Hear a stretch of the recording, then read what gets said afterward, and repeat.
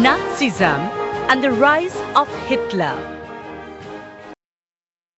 In the spring of 1945, a little 11-year-old German boy called Helmut was lying in bed when he overheard his parents discussing something in serious tones. His father, a prominent physician, deliberated with his wife whether the time had come to kill the entire family or if he should commit suicide alone. His father spoke about his fear of revenge, saying, "Now the Allies will do to us what we did to the crippled and Jews." Allies.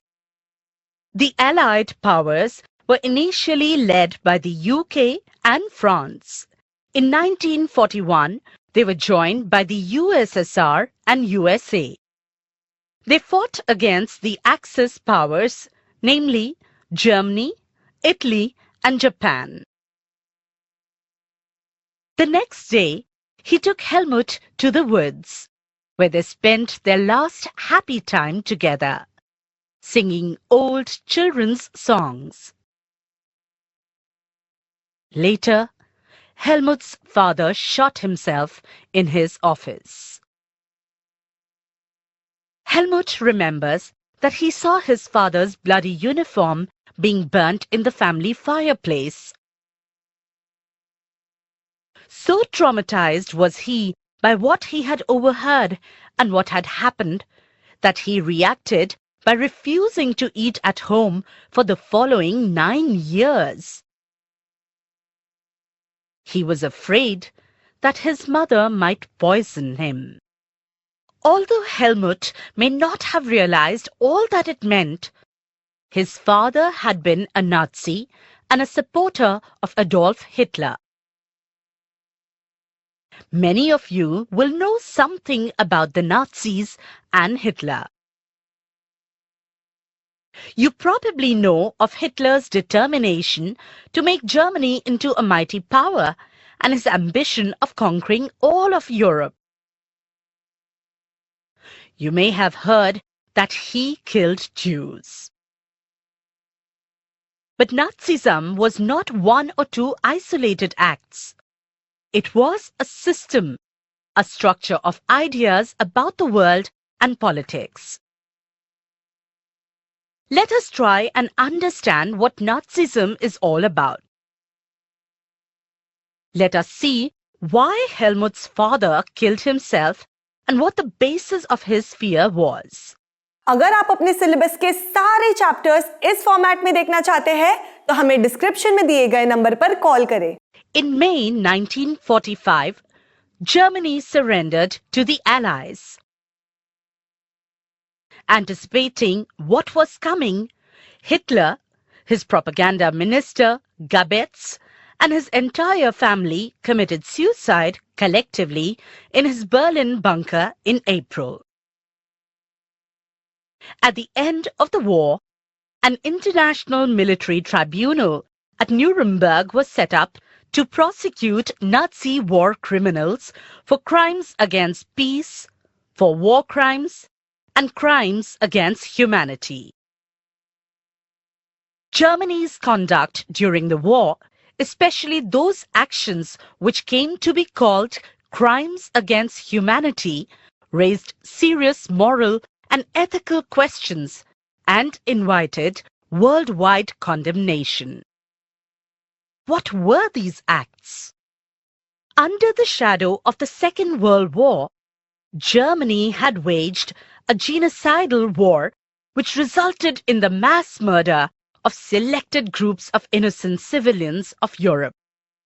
Genocidal. It means killing on large scale, leading to destruction of large sections of people.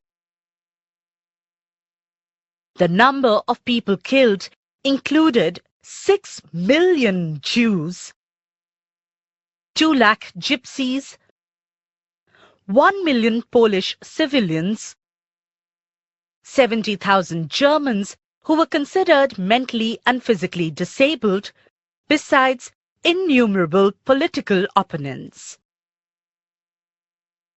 Nazis devised an unprecedented means of killing people, that is, by gassing them in various killing centers like Auschwitz. The Nuremberg Tribunal sentenced only 11 leading Nazis to death. Many others were imprisoned for life. The retribution did come, yet the punishment of the Nazis was far short of the brutality and extent of their crimes. The Allies did not want to be as harsh on defeated Germany as they had been after the First World War. Everyone came to feel that the rise of Nazi Germany could be partly traced back to the German experience at the end of the First World War. What was this experience? अगर आप अपने syllabus के सारे chapters इस format में देखना चाहते हैं तो हमें डिस्क्रिप्शन में दिए गए नंबर पर कॉल करें। Birth of the Weimar Republic. Germany, a powerful empire in the early years of the 20th century, fought the First World War in 1914 to 1918 alongside the Austrian Empire and against the Allies, England, France, and Russia. All joined the war enthusiastically, hoping to gain from a quick victory. Little did they realize that the war would stretch on, eventually draining Europe of all its resources. Germany made initial gains by occupying France and Belgium. However, the Allies, strengthened by the US entry in 1917, won, defeating Germany and the Central Powers in November 1918.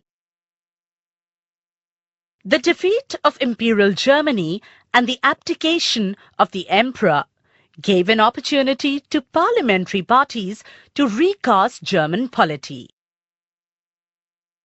A National Assembly met at Weimar and established a democratic constitution with a federal structure.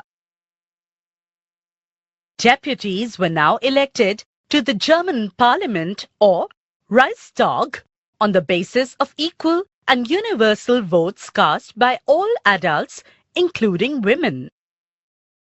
This republic, however, was not received well by its own people, largely because of the terms it was forced to accept after Germany's defeat at the end of the First World War.